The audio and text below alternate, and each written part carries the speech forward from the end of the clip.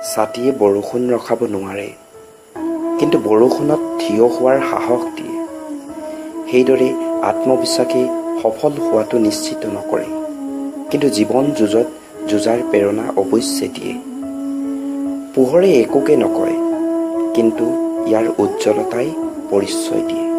সেইদৰে আপুনি একোকে নকওঁ, ভাল কাম কৰক, সেয়ে আপোনাক পৰিচয় দিব। যাৰ নীতি ভাল, তেওঁৰ সদায় উন্নতি হ'ব। মই শ্ৰেষ্ঠ, সেইটো আত্মবিশ্বাস, কিন্তু কেৱল ময়েই শ্ৰেষ্ঠ, সেইটো অহংকাৰ। মানুহে কয় আপুনি ভাল কৰক, কিন্তু এইটো কেতিয়াও নিবিচাৰে যে তেওঁতকৈ ভাল কৰক।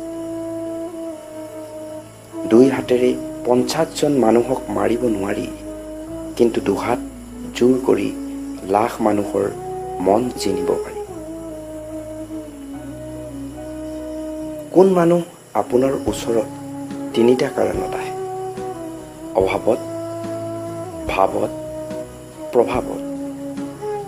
যদি অভাৱত আহিছে, তেওঁক সহায় কৰক। যদি ভাৱত আহে, তেওঁক মৰম কৰক। আৰু যদি প্ৰভাৱত আহিছে, তেতিয়া সুখী হওক যে ভগৱানে আপোনাক ইমান শক্তি দিছে।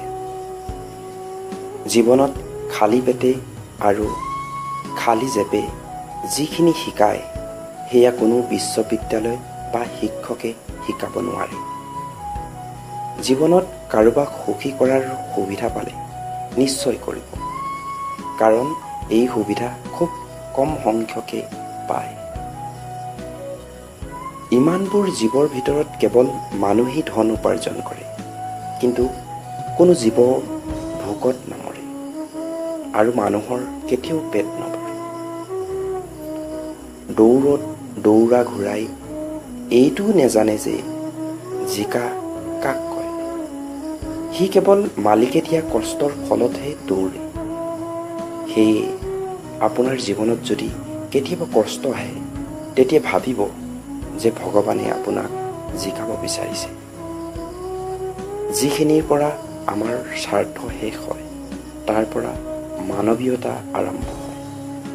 প্ৰত্যেকৰে শুনক আৰু প্ৰত্যেকৰে পৰা শিকক, কাৰণ প্ৰত্যেকে সকলো নাজানে, কিন্তু প্ৰত্যেকে কিবা নহয় কিবা জানে।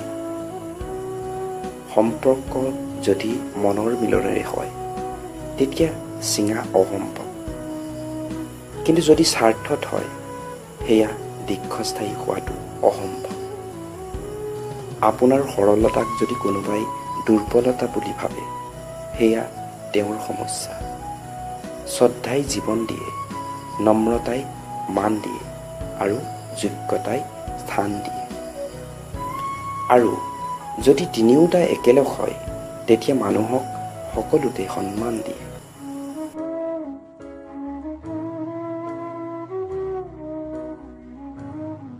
কথাখিনি ভাল লাগিলে শ্বেয়াৰ কৰক।